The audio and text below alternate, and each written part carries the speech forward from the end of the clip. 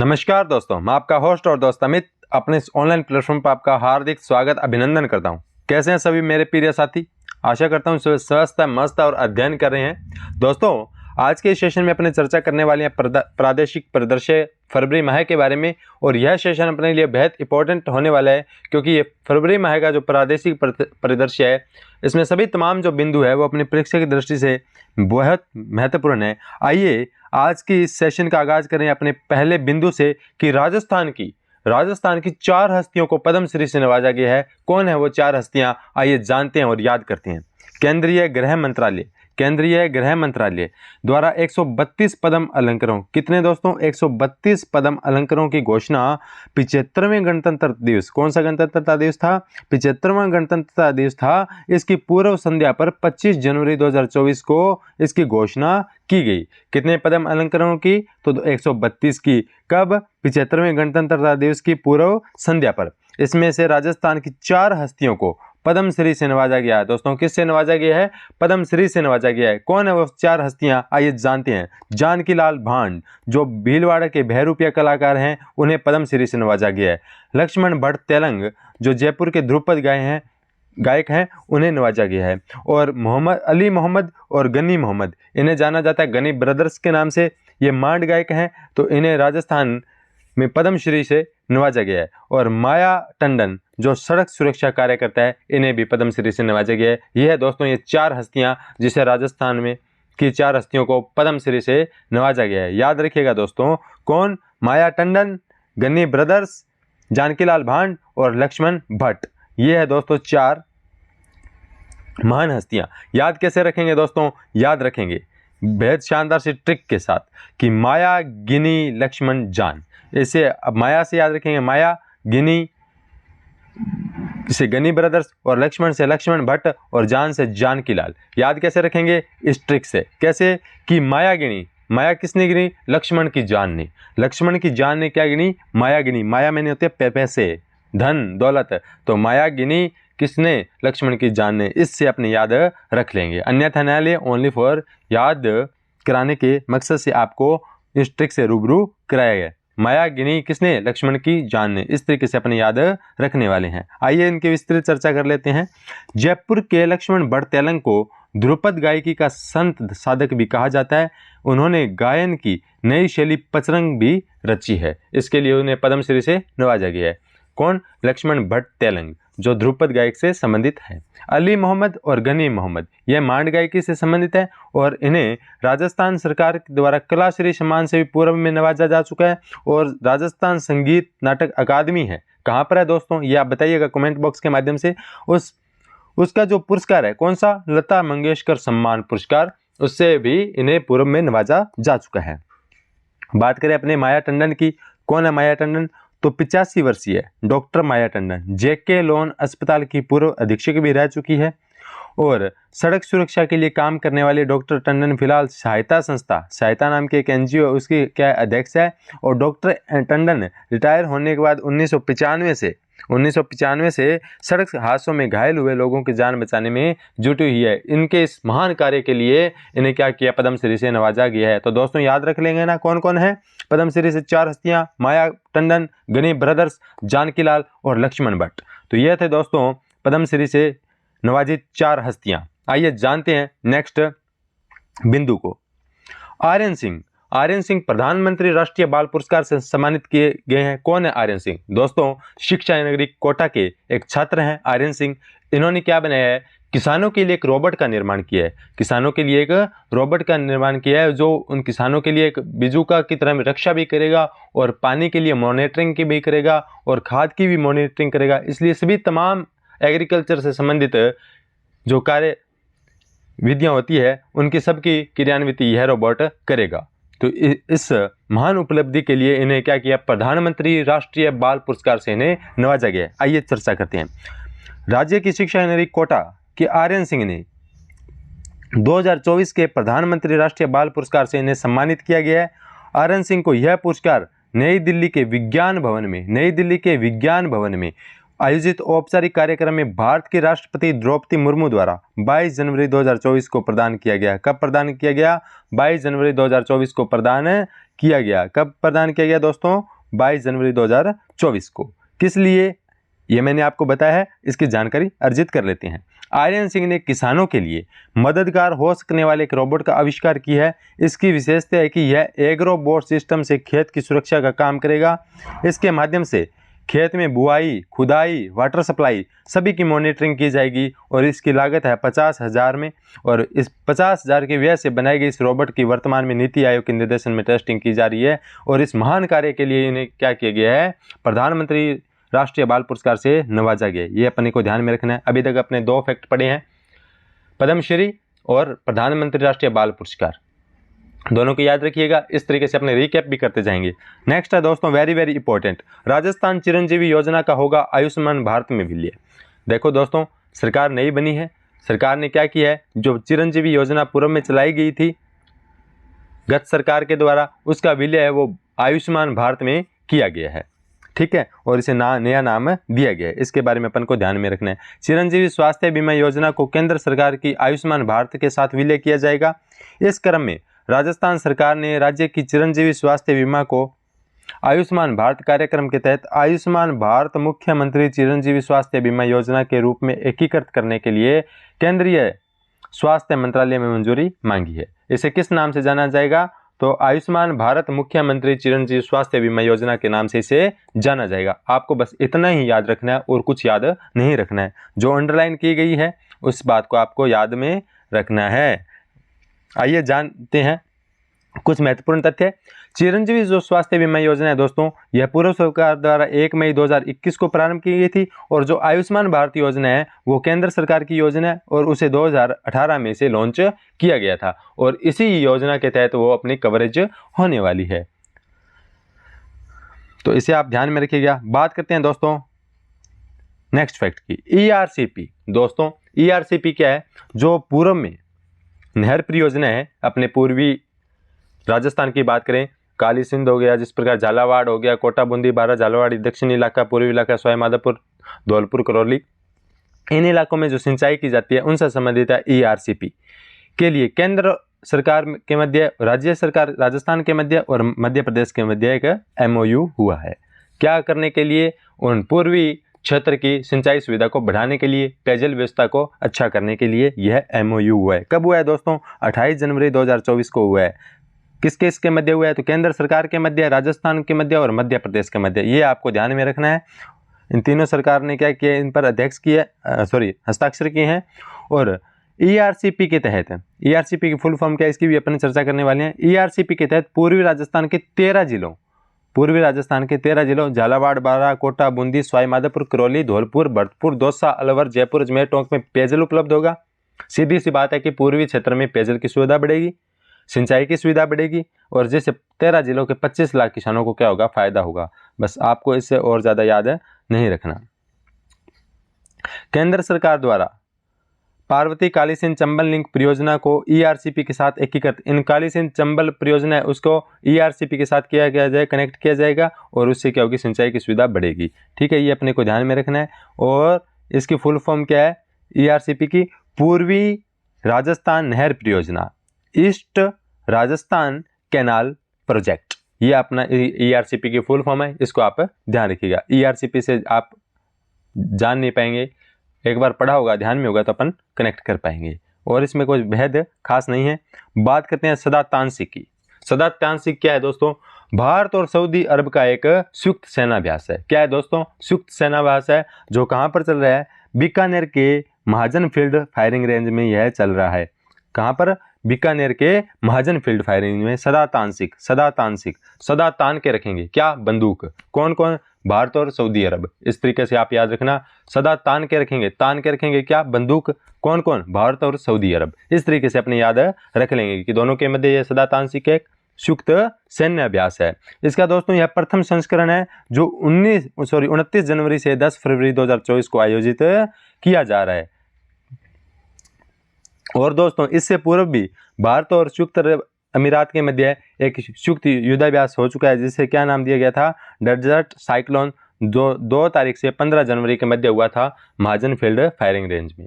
तो ये दोस्तों अपने को याद रखना है, डेजर्ट साइक्लोन और सदातांसिक। सदातान के क्या रखेंगे? बंदूक। कौन? भारत और सऊदी अरब। तो दोस्तों कैसे लग रहे हैं अपना सेशन, जरूर कमेंट बॉक्स के माध्यम से बताइएगा। बात करें दोस्तों नेक्स्ट फैक्ट की, स्वच्छता सर्वेक्षण 2023 क्या है दोस्तों? स्वच्छता सर्वेक्षण 2023 आपको जो ध्यान रखना है वो इतना ही ध्यान रखना है, स्वच्छता सर्वेक्षण 2023 में राजस्थान 25वें स्थान पर है। कौन से स्थान पर है? 25वें स्थान पर है। यह किसके द्वारा किया जाता है? तो केंद्रीय आवास एवं शहरी कार्यालय मंत्रालय है, उसके द्वारा स्वच्छता सर्वेक्षण रिपोर्ट जारी की जाती है, जो 11 जनवरी 2024 को जारी की गई। और इस रिपोर्ट में राजस्थान 25वें स्थान पर है, यह आपको ध्यान में रखना है। कुल कितने प्रदेशों की जांच हुई? तो 27 प्रदेशों की जांच हुई और उसमें अपना राजस्थान 25वें स्थान पर है। बहुत गंभीर स्थिति में है, लेकिन अपने को ध्यान में रखना है। बात करें दोस्तों कचरा मुक्त शहरों की श्रेणी में राजस्थान का स्थान, तो इस श्रेणी में राजस्थान 3 शहरों में से डूंगरपुर को 3 स्टार मिले हैं और नाथद्वारा उदयपुर को 1-1 स्टार की रैंकिंग में रखा गया है। बात करें दोस्तों पुलिस परफॉर्मेंस पर, केंद्रीय गृह मंत्रालय की रैंकिंग में पाली शीर्ष पर। पुलिस परफॉर्मेंस, जितने भी पुलिस थानों में मुकदमे होते हैं और उन सभी आपराधिक मामलों का निस्तारण और सभी जो परिवाद होती है, जो FIR दर्ज होती है, उनके आधार पर किसने परिवादियों को संतुष्ट किया है, सर्वाधिक संतुष्टि प्रदान की है, उनको लेकर निस्तारण को लेकर रिपोर्ट जारी की है किसने? गृह मंत्रालय ने। पुलिस की परफॉर्मेंस पर उसमें क्या रहा है? पाली अपना पहले स्थान पर रहा है। दूसरे स्थान पर कौन रहा है? बीकानेर रहा है। ये आपको ध्यान में रखना है। इस रैंकिंग में पाली महिला से जुड़े अपराधों के मामलों को 85.79% निस्तारण हुए हैं और इसमें 85% संतुष्टि रेट के साथ पहले स्थान पर रहा है, जबकि निस्तारण बीकानेर ने ज़्यादा किए हैं, लेकिन संतुष्टि रेट वहाँ पर कम है। परिवादियों की संतुष्टि रेट क्या है? कम है, 72.99 ही है। इससे दूसरा स्थान अर्जित किया है, यह आपको ध्यान में रखना है। और सबसे कम जो असंतुष्ट जिले हैं जहाँ पर पुलिस कार्रवाई से लोग कम संतुष्ट है, वो कौन सी है? जालौर हो गया, बांसवाड़ा हो गया, सांचौर, नीमका थाना, उदयपुर, ब्यावर, अजमेर, दूदू, जयपुर साउथ और ईस्ट। यहाँ पर जो प्रतिशत आंकड़ा है वो 15.25 से लेकर 31% के मध्य रहा है। आपको ओनली फॉर इतना ध्यान रखना है कि पुलिस परफॉर्मेंस में केंद्रीय मंत्रालय, गृह मंत्रालय द्वारा जो रिपोर्ट जारी की है उसमें पहले स्थान पर कौन है? पाली है। दूसरे स्थान पर बीकानेर है। अगर बात करें दोस्तों ओवरऑल स्वच्छता सर्वेक्षण रिपोर्ट में तो 25वें स्थान पर है। अगर बात करें अपने सदातांसी की, तो ये संयुक्त अरब अमीरात और भारत के मध्य एक संयुक्त सेना अभ्यास है। और बात करें ERCP के लिए, ERCP में राजस्थान और मध्य प्रदेश के मध्य एक समझौता हुआ है, वो पेयजल से संबंधित है और सिंचाई से संबंधित है। और बात करें इससे पूर्व की, तो राजस्थान चिरंजीवी योजना का आयुष्मान भारत में विलय हुआ है। और RN सिंह को क्या मिला है? राष्ट्रीय बाल पुरस्कार से सम्मानित किया गया है। और राजस्थान की 4 हस्तियों को पद्मश्री से नवाजा गया है। कौन कौन है वो 4 हस्तियां? माया, गिनी, लक्ष्मण की जाननी, ये अपने याद रख लेंगे। बात करें दोस्तों नेक्स्ट फैक्ट की, विधानसभा अध्यक्ष द्वारा विधानसभा की कार्य सलाहकार समिति का गठन, कि अगर जितनी भी विधानसभा में विधेयक होते हैं उनको सलाहकार समिति का गठन किया गया है कि इसमें क्या संशोधन होने चाहिए, किस तरीके से जारी की ये सहायता करेगी, उस सलाहकार समिति का गठन किया गया है। इसमें कुल कितने सदस्य होंगे? तो 16 सदस्य यह समिति होगी। और अध्यक्ष कौन होंगे? तो वासुदेव देवनानी जी होंगे। कौन होंगे? वासुदेव देवनानी जी होंगे। ये अपने को ध्यान में रखना है। राजस्थान लोकतंत्र सेनानी सम्मान निधि 2008 दोस्तों वेरी वेरी इंपॉर्टेंट है, इसे आप जरूर स्टार मार्क कर लीजिएगा। जो पहले भाजपा सरकार थी तब लोकतंत्र सेनानी सम्मान निधि योजना चलाई गई थी। गत सरकार के द्वारा इसे बंद कर दिया गया था, वर्तमान में इसे पुनः चालू कर दिया गया है। इसके तहत क्या होगा दोस्तों? इसके तहत राजस्थान लोकतंत्र सेनानी सम्मान निधि 2008 में एक पेंशन योजना है, जिसके तहत लोकतंत्र सेनानियों को 20,000 मासिक पेंशन और 4,000 की मासिक चिकित्सा सहायता उपलब्ध कराई जाएगी। 20,000 तो मासिक पेंशन दी जाएगी और 4,000 का कोई मासिक चिकित्सा स्वास्थ्य के लिए उन्हें भी उपलब्ध कराई जाएगी। ये अपने को ध्यान में रखना है। और वर्तमान सरकार के द्वारा जो महत्वपूर्ण निर्णय लिए गए वो कौन कौन से हैं दोस्तों? जो गरीब परिवार हैं उनको 450 रुपये में क्या किया जाएगा? LPG सिलेंडर प्रदान किए जाएंगे। एंटी गैंगस्टर टास्क फोर्स की क्या की गई है? गठन किया गया है। 16 दिसंबर 2023 को क्या किया गया? पहले सत्र में एंटी गैंगस्टर टास्क फोर्स का गठन किया गया है। CBI को क्या गया है? CBI को अगर किसी प्रकार के स्टेट में अपने राज्य में कोई कार्यवाही करती है या किसी मामले से संबंधित निर्णय लेती है तो उसे राजस्थान सरकार की अनुमति लेने की आवश्यकता नहीं है, वह अपने सीधे तौर पे कार्यवाही कर सकती है। ये सीबीआई को इन्होंने क्या दिया है, एक राइट प्रदान किया है। राजस्थान विकसित भारत संकल्प यात्रा का आयोजन भी 16 दिसंबर से 17 जनवरी यानी पूरे एक माह के लिए क्या किया, भारत संकल्प यात्रा का आयोजन किया गया था, जो कुल 10,550 ग्राम पंचायत शहरी स्थानों पर इस कार्यक्रम का आयोजन किया गया। ये अपने को ध्यान में रखना है। ये पहले सत्र में कुछ निर्णय लिए गए थे। अखिल भारतीय पुलिस घुड़सवारी चैंपियनशिप में राजस्थान चतुर्थ स्थान पर। दोस्तों, अखिल भारतीय पुलिस घुड़सवारी चैंपियनशिप, इसमें अपना राजस्थान क्या रहा है, चतुर्थ स्थान पर रहा है। इसका आयोजन कहाँ किया गया? तो दोस्तों, इसका आयोजन नेशनल पुलिस एकेडमी हैदराबाद में जनवरी 2024 में इसका आयोजन किया गया। राजस्थान के खिलाड़ियों ने 3 स्वर्ण, 6 रजत और 3 कांस्य पदक जीते, कुल 5 ट्रॉफियां जीती और इस स्पर्धा में राजस्थान को चतुर्थ स्थान मिला यानी चौथे पायदान पर रहा। इस प्रतियोगिता में जितेंद्र सिंह भाटी उप अधीक्षक को best rider of championship Mewar challenge trophy से नवाजा गया। और बात करें इसमें राजस्थान पुलिस की घोड़ी रूही को best horse of the championship and Chetak trophy से नवाजा गया। ये आप 2 फैक्ट इसमें याद रखेंगे। जूनियर बालक राष्ट्रीय हैंडबॉल प्रतियोगिता, दोस्तों इसका 46वां संस्करण था, करौली में आयोजित हुई 9 से 13 जनवरी। कब दोस्तों? 46वां संस्करण था, करौली में आयोजित हुई 9 से 13 जनवरी को। और आयोजकों ने भारतीय हैंडबॉल महासंघ और राजस्थान हैंडबॉल संघ के संयुक्त तत्वाधान में इसका आयोजन किया गया। और इसमें राजस्थान क्या रहा, दूसरे स्थान पर रहा, रजत पदक जीतने में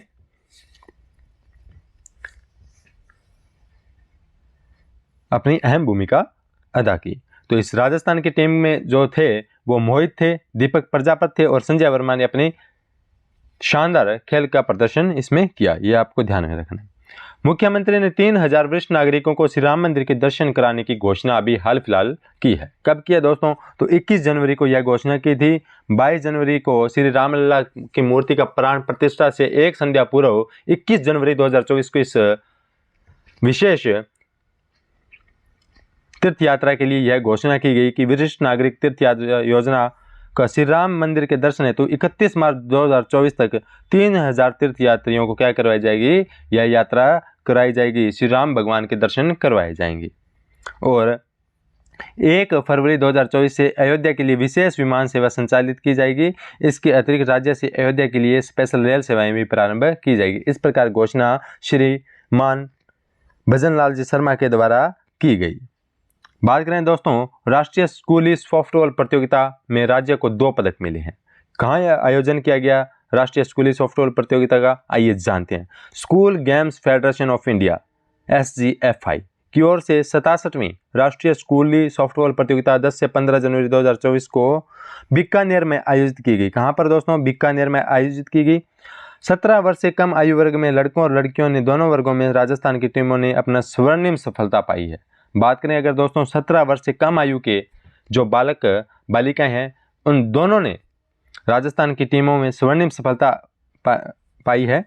बालक वर्ग में राजस्थान ने CBSE को 3-0 से हराकर स्वर्ण पदक पर कब्जा किया और बालिका वर्ग में राजस्थान ने फाइनल मैच छत्तीसगढ़ को 10-0 से हराते हुए स्वर्ण पदक पर कब्जा किया।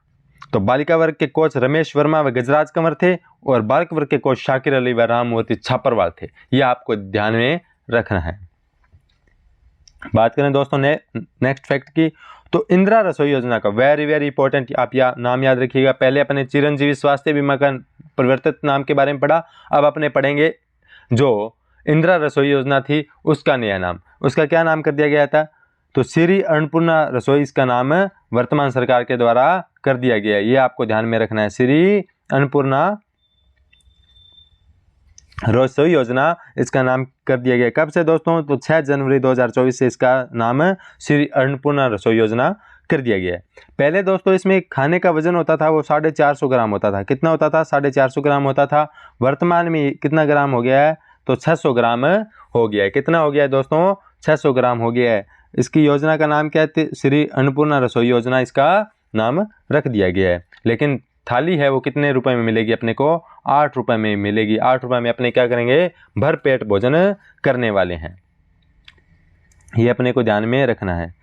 भाजपा की वसुंधरा सरकार द्वारा 5 में नाश्ता और 8 में खाना खिलाने वाली अन्नपूर्णा योजना को शुरू की गई थी। अशोक गहलोत सरकार के द्वारा कार्यकाल में इस योजना का नाम 8 अगस्त 2020 को इंदिरा रसोई योजना कर दिया गया था, जिसकी टैगलाइन थी कोई भूखा न सोए, कोई भूखा न सोए, और इसे वर्तमान में क्या किया? श्री अन्नपूर्णा रसोई योजना कर दिया गया है।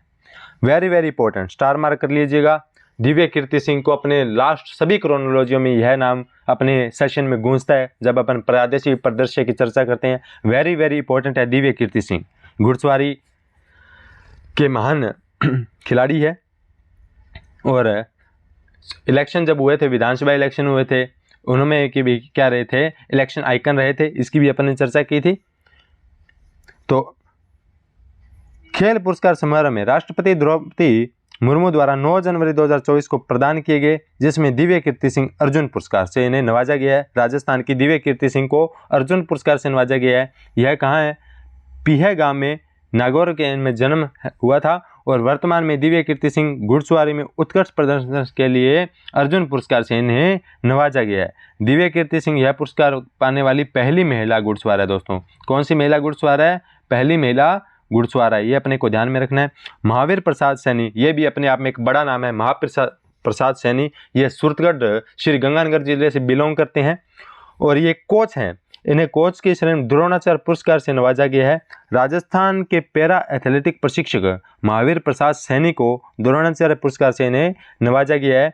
कि सूरतगढ़ निवासी महावीर प्रसाद सैनी सुंदर सिंह, टोक्यो पैरा ओलंपिक में भाला फेंक में कांस्य पदक जीतने वाले। राकेश भेड़ा होंगजाऊ और पैरा एशियाई खेल में पुरुषों के 1500 मीटर और में T46 में कांस्य पदक विजेता जैसे पैरा एथलीट को प्रशिक्षित कर चुके हैं। और महावीर प्रसाद सैनी जी की बात करें तो इन्हें द्रोणाचार्य पुरस्कार से इन्हें नवाजा गया है। बात करें दिव्य कीर्ति सिंह की तो इन्हें अर्जुन पुरस्कार से नवाजा गया है। दोनों खिलाड़ियों को आप अच्छे तरीके से याद रखिएगा। श्री कर्णपुर विधानसभा सीट पर चुनाव हुए संपन्न, और हारने के बाद सुरेंद्र पाल टीटी को मंत्री पद से क्या दिया? त्यागपत्र अपना दे चुके हैं। श्री कर्णपुर में 16वीं विधानसभा थी दोस्तों। इसमें अपने 200 विधानसभा सीटें हैं, जिसमें 199 सीटों पर चुनाव हुआ था।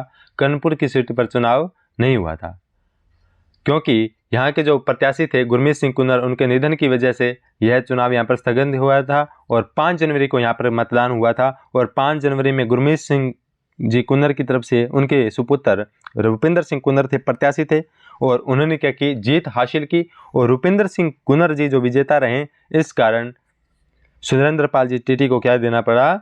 वहाँ से अपने मंत्री पद से इस्तीफा देना पड़ा। ये अपना विशेष है, और इसमें कोई ज़्यादा इम्पोर्टेंट है नहीं। एक जिला एक उत्पाद, ODOP। ODOP क्या है दोस्तों? ODOP फुल फॉर्म एक जिला एक उत्पाद। ODOP की फुल फॉर्म क्या है? One district one product. One district one product. O मैंने वन, D मैंने डिस्ट्रिक्ट, O मैंने फिर वन, उत्पाद मैंने प्रोडक्ट। तो इस प्रकार ODP कार्यक्रम के राजस्थान को कांस्य पुरस्कार से नवाजा गया है। द्वितीय रनर अप रहा है। ये अपने को ध्यान में रखना है। और इसमें एक और बात जो ध्यान रखनी है दोस्तों, वो वर्तमान में राजस्थान के 41 उत्पादकों को क्या किया गया है? ODOP श्रेणी में चयनित किया गया है। कितने दोस्तों? 41 उत्पादकों को क्या किया गया है? ODOP श्रेणी में चयनित किया गया है।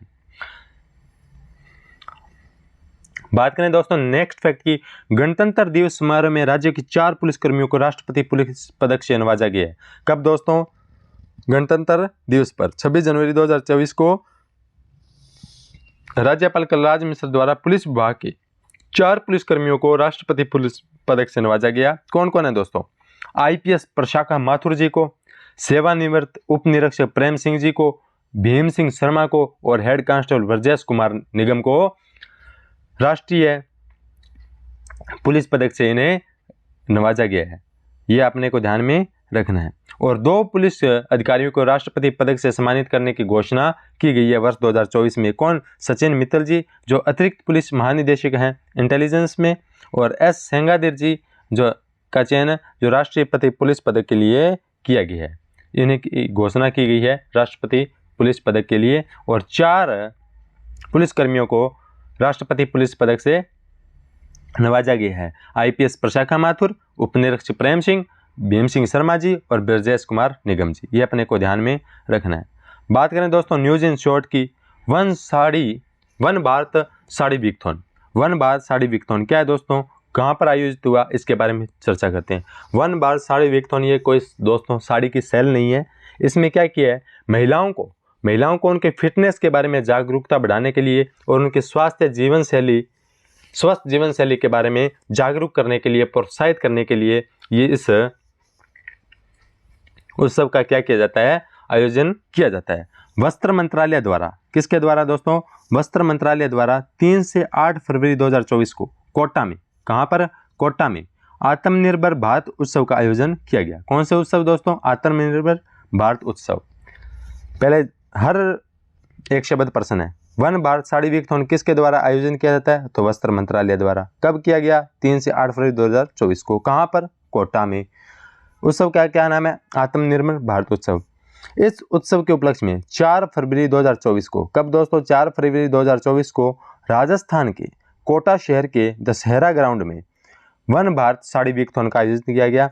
इसका उद्देश्य है महिलाओं के बीच फिटनेस के बारे में जागरूकता बढ़ाना और उनके स्वस्थ जीवन शैली के प्रोत्साहित करना। भारतीय बागवानी शिखर सम्मेलन दोस्तों, ये अपने को ध्यान में रखना है। इसका आयोजन 1 फरवरी 2024 को जयपुर में स्थित राजस्थान कृषि अनुसंधान संस्थान दुर्गापुरा में किया जाएगा।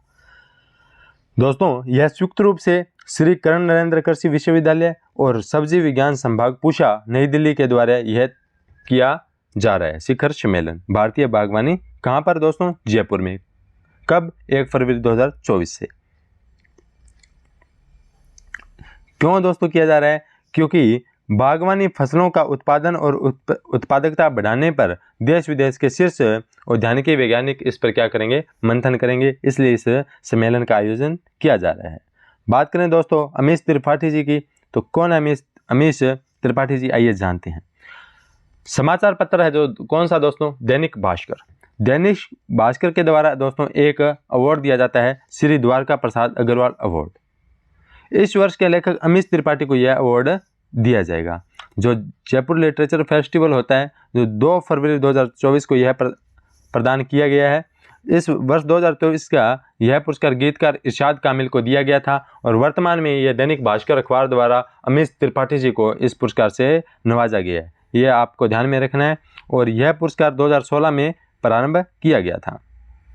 PM जनमन, इसकी भी चर्चा अपने पूर्व के सेशन में कर चुके हैं। PM जनमन क्या है, आदिवासी जनसमूह के दोस्तों समग्र विकास के लिए, उनके उत्थान के लिए इस प्रोग्राम को संचालित किया जा रहा है, प्रधानमंत्री जनमन कार्यक्रम। इसके तहत सुरक्षित आवास, स्वच्छ पेयजल, बेहतर शिक्षा, स्वास्थ्य एवं पोषण, बिजली, सड़क संचार, स्थायी आजीविका जैसे महत्वपूर्ण घटनाओं को शामिल किया गया है।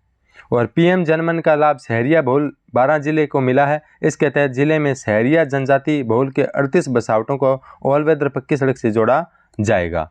ठीक है, ये दोस्तों क्या है, आदिवासियों के उत्थान से संबंधित है PM जनमन। आपको इतना ही इसके बारे में ध्यान रखना है। वेरी वेरी इंपॉर्टेंट प्रश्न आएगा तो आएगा, इसमें से ही आएगा। ऊंट महोत्सव 2024 अक्सर पूछा जाता है, जो अपने नेक्स्ट चर्चा करने वाली है। 3 दिवसीय अंतर्राष्ट्रीय ऊंट महोत्सव 2024 का आयोजन 12 जनवरी से 2024 को बीकानेर में आयोजित किया गया। आइकन्स ऑफ बीकानेर इसकी थीम थी। इस महोत्सव में मिस्टर बीकाना, ढोला मरवण, मिस मरवण, मिसेज मरवण आदि प्रतियोगिताओं का आयोजन किया गया। बस प्रश्न बनता है तो यहीं से बनता है कि मिस मरवण कौन रहे हैं, मिस्टर बीकाना कौन रहे, मिसेज मरवण, ढोला मरवण। कैसे याद रखेंगे, तो मिस मरवण जो रही है वो हर्षिता मारू रही है। कौन दोस्तों, बीकानेर की हर्षिता मारू। मिस्टर बीकाना की बात करें तो श्रीकांत जी व्यास रहे हैं। मिसेज मरवण की बात करें तो आशा आचार्य जी रहे हैं, मिसेज मरवण। ढोला मरवण की बात करें तो सूर्य प्रकाश जी पुरोहित रहे हैं। ये आपको ध्यान में रखना है, ये आपको ध्यान में रखना है। अब याद कैसे रखेंगे, याद भी रखेंगे शानदार सी ट्रिक के साथ। दोस्तों मिस क्या करती है कि मिस हमेशा मारती है, मिस हमेशा मारती है, लेकिन मिसेज तो चाय पिलाती है। मिसेज तो क्या पिलाती है, चाय पिलाती है। इस तरीके से आप याद रखिएगा। तो मिस क्या करती है, मिस तो हमेशा मारती है, मारती है तो मारू से आपने याद रख लेंगे। मिस मरवण कौन है, हर्षिता मारू। मिसेज तो क्या पिलाती है, चाय पिलाती है। मिसेज क्या पिलाती है, चाय पिलाती है। तो मिसेज मरवण कौन है, आशा आचार्य। आचार्य, चाय से अपने आचार्य याद रख लेंगे, ठीक है। और मिस्टर, इंग्लिश में तो किसी के नाम के आगे क्या लगाते हैं, मिस्टर लगाते हैं, लेकिन बात करते हैं हिंदी की तो नाम के आगे क्या लगाते हैं, श्री लगाते हैं, ठीक है। हिंदी में क्या लगाते हैं, श्री, और इंग्लिश में क्या लगाते हैं, मिस्टर। तो mister Srikanth, mister Srikanth, mister English में बोलते हैं, हिंदी में बोलेंगे तो क्या बोलेंगे, श्री बोलेंगे। तो इस तरीके से अपने याद रख लेंगे। ढोला मरवन, ढोला मारू, ढोला मारू एक वाइन चलती है, जो वाइन, अब शराब का यूज कौन नहीं करते, पुरोहित लोग नहीं करते, आजकल तो सब करते हैं, लेकिन ऐसे याद रखेंगे अपन, पुरोहित लोग क्या करते हैं, ढोला मारू का यूज नहीं करते। तो सूर्य प्रकाश पुरोहित क्या रहे हैं, ढोला मरवन रहे हैं। इस प्रकार अपने याद रखने वाले हैं। तो दोस्तों याद हुए क्या नहीं, कमेंट बॉक्स के माध्यम से बताइएगा। मिस मरवन, मिस क्या करती है, मारती है। मिस्टर श्रीकांत, मिसेज मरवन, मिसेज क्या पिलाती है, चाय पिलाती है। ढोला मारू कौन नहीं यूज करते, तो पुरोहित जी यूज नहीं करते। तो इस प्रकार अपने यूज कर लेंगे। National red ribbon quiz competition, Rajasthan AIDS control society की ओर से national red ribbon quiz competition 2024 का आयोजन जयपुर के, कहाँ दोस्तों, जयपुर के राजस्थान इंटरनेशनल सेंटर में राष्ट्रीय युवा दिवस के ऊपर किया गया। प्रथम पुरस्कार मिजोरम को और द्वितीय पुरस्कार तेलंगाना को और तृतीय पुरस्कार उत्तराखंड को मिला है। बात करें दोस्तों नेक्स्ट फैक्ट की, कलाओं की अंतर्दृष्टि। कलाओं की अंतर्दृष्टि सुप्रसिद्ध कला समालोचक कवि डॉक्टर राजेश कुमार व्यास की पुस्तक है, कलाओं की अंतर्दृष्टि, जिसका लोकार्पण केंद्रीय संगीत नाटक अकादमी की अध्यक्षा और सुप्रसिद्ध नृत्यांगना डॉक्टर संध्या पुरेचा द्वारा 10 जनवरी 2024 को किया गया। ये अपने को ध्यान में रखना है। इलेक्ट्रा होम्योपैथी, दोस्तों इलेक्ट्रो होम्योपैथी क्या है, दोस्तों इलेक्ट्रो होम्योपैथी चिकित्सा प्रसिद्ध 13वां राष्ट्रीय सेमिनार 13 जनवरी 2024 को राजस्थान इंटरनेशनल सेंटर जयपुर में आयोजित किया गया। राजस्थान इलेक्ट्रोपैथी चिकित्सा पद्धति को मान्यता देने वाला प्रथम राज्य है। देश में सबसे पहले राजस्थान विधानसभा द्वारा राजस्थान इलेक्ट्रोपैथी चिकित्सा पद्धति विधेयक 2018 में पारित किया गया था। वेरी वेरी इंपॉर्टेंट, याद रखिएगा, Electra homeopathy, Electra homeopathy. India stone mart, दोस्तों इंडिया स्टोन मार्ट के, इंडिया स्टोन मार्ट को आप याद रखेंगे। इसमें क्या है दोस्तों, जो अपने उद्यमी होते हैं इंडिया स्टोन मार्ट में, उन सभी तमाम पत्थर से रिलेटेड जो भी उद्योग है वो क्या करेंगे, सेमिनार और शिल्पग्राम का आयोजन करेंगे, उनसे यह रिलेटेड है। ये कहाँ पर आयोजित हुआ, तो जयपुर में हुआ। 1 से 4 फरवरी 2024 को यह आयोजित किया गया, ठीक है। ये अपने को ध्यान में रखना है। भागिन ST2 सबसे उम्रदराज भागिन थी, जिसका क्या हो चुका है, निधन हो चुका है, जिसकी चर्चा अपने अक्टूबर की क्रोनोलॉजी में की थी। आइए अब भी इसकी चर्चा कर लेते हैं। टाइगर रिजर्व फॉरेस्ट सरिस्का की राजमाता कहलाने वाली, सरिस्का की राजमाता कहलाने वाली ST2 का निधन क्या हो चुका है, 9 जनवरी 2024 को हो गया है। ST2 देश का पहला ट्रांस लोकेशन कर 4 जुलाई 2008 को रणथंभौर से सरिस्का लाई गई थी और वर्तमान में 30 भाग है। जुलाई 2004 में जन्मी सरिस्का की इस बाघिन ST2 ने देश के सबसे उम्रदराज बाघिन का रिकॉर्ड हासिल किया है। ये दोस्तों इसकी उम्र की बात करें तो इसने मछली नाम की एक बाघिन थी, उसका रिकॉर्ड तोड़कर 19 वर्ष की आयु में 18 अगस्त 2024 को उसकी मौत हो गई थी। और यह क्या उसकी है, लगभग 19 वर्ष से अबव हो चुकी है, सबसे उम्रदराज यह बाघिन बन चुकी थी, जिसका निधन 9 जनवरी को हो गया। सुधांश पंत, सुधांश पंत के बारे में आप इतना याद रखेंगे कि राजस्थान के मुख्य सचिव नियुक्त किए गए हैं। कौन दोस्तों, मुख्य सुधांश पंत जी। किनका स्थान लिया है, तो उषा शर्मा जी का इन्होंने स्थान लिया है। किन्होंने, सुधांश पंत जी ने, सुधांश पंत जी ने।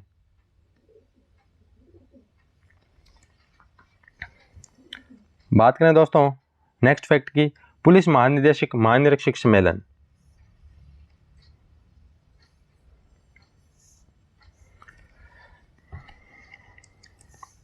पुलिस महानिदेशक महानिरीक्षक सम्मेलन का आयोजन राजस्थान इंटरनेशनल सेंटर जयपुर में 5 से 7 जनवरी 2024 को किया गया। कब किया गया दोस्तों, 5 से 7 जनवरी 2024 को किया गया। ईशा उदावत, ईशा उदावत जी के बारे में आपने ये याद रखेंगे कि पाली के डिगाई गांव की ईशा उदावत जी को NCC के बेस्ट कैडेट नेवी अवार्ड से सम्मानित किया गया है। बेस्ट नेवी अवार्ड से सम्मानित किसे किया गया था, ईशा उदावत जी को किया गया है। उन्होंने प्रधानमंत्री नरेंद्र मोदी को 27 जनवरी 2024 को दिल्ली में इसे सम्मानित किया गया था। बस इतना ही अपने को ध्यान में रखना है। दोस्तों फरवरी की क्रोनोलॉजी में काफ़ी मैटर है जो परीक्षा की दृष्टि से इंपॉर्टेंट है। थोड़ा सा सेशन लंबा हो रहा है, बहुत शॉर्ट की है, जो इंपॉर्टेंट है उसी की चर्चा कर रहे हैं, लेकिन फिर भी सेशन अपना थोड़ा सा लंबा रहने वाला है। जुड़े रहें, सेशन का आनंद लेते रहें, जोर शोर जुड़न बनाए रखें। शंकर चंदेरिया खेलो इंडिया यूथ गेम 2024 के लिए राजस्थान राज्य की क्रीड़ा परिषद जयपुर की ओर से राजस्थान मलखम टीम के कोच हैं, जो सांचौर के निवासी है, शंकर चंदेरिया जी को नियुक्त किया गया है। ये जो 19 से 31 जनवरी 2024 को तमिलनाडु के 4 प्रमुख शहरों में किया जाएगा खेलो इंडिया यूथ गेम्स का आयोजन। इसमें शंकर चंदेरिया जी क्या करेंगे, राजस्थान की टीम का प्रतिनिधित्व करेंगे। दामोदर प्रसाद मुंबई में दोस्तों क्या हुई, मुंबई में जनवरी 2024 में टाटा मुंबई मैराथन का आयोजन किया गया, जिसमें क्या हुआ, 73 वर्षीय दामोदर प्रसाद जी ने 21.97 किलोमीटर लंबी मैराथन को 1 घंटा 50 मिनट 26 सेकंड में पूरा कर स्वर्ण पदक जीता था। ये अपने को ध्यान में रखना है। सूर्य नमस्कार दोस्तों, हाल ही में शिक्षा विभाग द्वारा 15 फरवरी 2024 को सूर्य नमस्कार अनिवार्य कर दिया गया है और 15 फरवरी को विशाल संख्या में क्या सभी छात्रों के द्वारा क्या किया गया था, सूर्य नमस्कार किया गया था। ये अपने को ध्यान में रखना है। किस विभाग द्वारा आयोजन किया गया, तो शिक्षा विभाग द्वारा आयोजन किया गया। गरीब नवाज का 812वां उर्स का आयोजन अब की बार किया जा रहा है। ये अपने को ध्यान में रखना है। पूछा जाता है भी कौन सा उर्स था, तो अब की बार 812वां उर्स है, जो 8 जनवरी से शुरू हुआ है। कहाँ पर दोस्तों, तो अजमेर में दरगाह पर।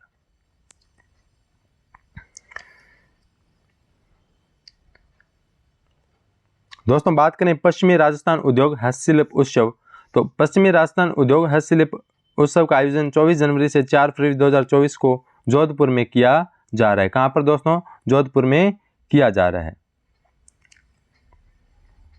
नेक्स्ट बात करें स्पर्श दोस्तों, एक कुष्ठ जागरूकता अभियान है स्पर्श। जयपुर जिले में स्पर्श कुष्ठ जागरूकता अभियान का आयोजन 30 जनवरी से 13 फरवरी 2024 को आयोजन किया जा रहा है। इस अभियान का थीम है कलंक मिटाए गरिमा अपनाए, कलंक मिटाए गरिमा अपनाए। बाबूलाल कटारा जी ये पूर्व में आरपीएससी के सदस्य थे। इन्हें राज्यपाल जी के द्वारा क्या कर दिया गया है, निलंबित कर दिया गया है। सांबर उत्सव का आयोजन 26 से 28 जनवरी 2024 को सांबर झील पर किया गया। ये अपने को ध्यान रखना है बस, और इसमें कोई विशेष नहीं है। हरिशंकर भामड़ा जी पूर्व उप मुख्यमंत्री और पूर्व विधानसभा अध्यक्ष हरिशंकर भामड़ा जी का 96 वर्ष की आयु में इनका क्या हो चुका है, निधन हो गया है। डेडवाना नागौर में 6 अगस्त 1928 को जन्मे हरिशंकर भामड़ा ने 16 मार्च 1990 से 5 अक्टूबर विधानसभा का अध्यक्ष पद संभाला था। 6 अक्टूबर 1994 से 1998 तक उप मुख्यमंत्री भी रहे और भामड़ा वर्ष 1985, 90 और 93 में चूरू जिले के रतनगढ़ से विधायक भी चुने गए थे। वर्ष 1978 से 84 में राज्यसभा के सदस्य भी रहे। ये इस प्रकार इनकी हरिशंकर भामड़ा जी की क्या उपलब्धियां थी। अंशदीप जी क्या है दोस्तों, राजस्थान के श्रीगंगानगर जिले के जिला कलेक्टर हैं। इन्होंने इस विधानसभा चुनाव में एक इलेक्शन बड़ी ऐप का लॉन्च किया था। इस ऐप के माध्यम से श्रीगंगानगर जिला निर्वाचन अधिकारी अंशदीप को राष्ट्रपति द्रौपदी मुर्मू ने प्रशस्ति पत्र और समृति चिन्ह प्रदान देकर सम्मानित किया है। वायु शक्ति 2024 भारतीय वायुसेना की अब तक का सबसे बड़ा अभ्यास वायु शक्ति 2024 का जैसलमेर जिले के चांदन में एशिया की सबसे बड़ी फील्ड फायरिंग रेंज में 17 फरवरी 2024 को आयोजित किया जाएगा। ये दोस्तों अभी परसों किया गया था। इसमें 150 एयरक्राफ्ट क्या थे एक साथ आकाश में विचरण किए थे और अपनी शक्ति का बेहद शानदार तरीके से इन्होंने प्रदर्शन किया था। भारतीय थल सेना के Japanese ground self defence forces के मध्य धर्म गार्जियन युद्धाभ्यास का 5वां संस्करण बीकानेर स्थित महाजन फील्ड फायरिंग रेंज में इसका आयोजन किया जाएगा। टीकाराम जूली इनके बारे में आपको ध्यान में रखना है, तो ये ध्यान में रखना है, इन्हें 16 जनवरी 2024 को सदन में नेता प्रतिपक्ष मनोनीत किया गया है और नेता प्रतिपक्ष होता है उनको कैबिनेट मंत्री का दर्जा दिया जाता है। ये क्या है, सदन में नेता प्रतिपक्ष है कौन? टीकाराम जूली जी, टीकाराम जूली जी। और सुधांशु पंत कौन है? अपने मुख्य सचिव है। सुधांशु पंत कौन है दोस्तों? मुख्य सचिव है। ये अपने को ध्यान में रखना है। बात करें दोस्तों लक्ष्य राज सिंह की, तो लक्ष्य राज सिंह है वो मेवाड़ के पूर्व राज परिवार के सदस्य डॉक्टर लक्ष्य राज सिंह मेवाड़ में जनसमूह को तनाव प्रबंधन का पाठ पढ़ाकर दुनिया में पहली बार तनाव प्रबंधन से संबंधित Guinness book of world record 16 जनवरी को बनाया है। तनाव क्या, स्ट्रेस को कैसे कम करें, स्ट्रेस को कैसे भगाएं, स्ट्रेस को कैसे दूर रखें, इनसे संबंधित इन्होंने पाठ पढ़ाकर Guinness book of world record में अपना नाम दर्ज कराया। बात करें जोगेश्वर गर्ग जी की, तो जोगेश्वर गर्ग जी को सरकार का मुख्य सचेतक नियुक्त किया गया है और मुख्य सचेतक को भी क्या कैबिनेट मंत्री का दर्जा मिलता है। मुख्य सचेतक, सचेत में क्या होता है? जाग के रहना, सचेत रहना, जागरूक रहना। तो जोगेश्वर जी क्या है? जाग के रहेंगे क्या? तो क्या रहेंगे? सचेत भी रहेंगे, इसलिए इन्हें क्या बनाया गया? मुख्य सचेतक बनाया गया। इस तरीके से आप याद रखना। जोगेश्वर जी क्या रहेंगे? जाग के रहेंगे। जो बंदा जागते हुए रहता है वो क्या रहता है? सचेत रहता है, सावधानी पूर्वक रहता है। इसलिए जोगेश्वर जी को क्या बनाया है? मुख्य सचेतक बनाया है। Shri Shri Ravishankar blood donation centre, ये दोस्तों अब एक कोचिंग संस्था जिससे आप सभी रूबरू हैं, चिरपरिचित हैं, उत्कर्ष से। उनके संस्थापक है, CEO हैं निर्मल गहलोत जी द्वारा चैरिटेबल फाउंडेशन द्वारा Shri Ravishankar blood donation centre की स्थापना जोधपुर में की गई है और एक रक्तशाला ऐप भी लॉन्च किया गया है। हेमू कलानी, हेमू कलानी भारतीय स्वतंत्रता आंदोलन के एक क्रांतिकारी थे। वे ऑल इंडिया स्टूडेंट फेडरेशन से संबंधित स्वराज सेना के नेता थे। किसान मेला, दोस्तों ये किसान मेला है श्री कर्ण नरेंद्र सिंह कृषि विश्वविद्यालय जोबनेर में 21 से 23 जनवरी 2023 को आयोजित किया गया। इस मेले में 100 के लगभग कृषि प्रदर्शनियां लगाई गई, जिनके माध्यम से किसानों को अनुसंधान, मशीनीकरण, विभिन्न रासायनिक कीटनाशक और उन्नत बीजों के बारे में जानकारी दी गई है। तो दोस्तों आपको ध्यान में रखना है किसान मेला कहाँ आयोजित किया गया? तो जयपुर में जोबनेर में। कब? 21 से 23 जनवरी 2024 को आयोजन किया गया। ग्लोबल स्पाइस समिट, तो दोस्तों ये मसालों को लेकर था। ग्लोबल स्पाइस समिट, इसका आयोजन जयपुर में किया गया राजस्थान इंटरनेशनल सेंटर में 19 से 20 जनवरी 2024 को। इस समिट का आयोजन NSS ग्रुप द्वारा JK मसाला कोलकाता मुख्य सहयोग से किया गया। तो ये दोस्तों था अपना राजस्थान का परिदृश्य जिसके बारे में अपन ने पढ़ा, सभी तथ्यों को अपने कवर किया है। तो कैसा लगा सेशन जरूर कमेंट बॉक्स के माध्यम से बताइएगा। इसी के साथ यही अपना सेशन का समापन करते हैं। जय हिंद, जय भारत।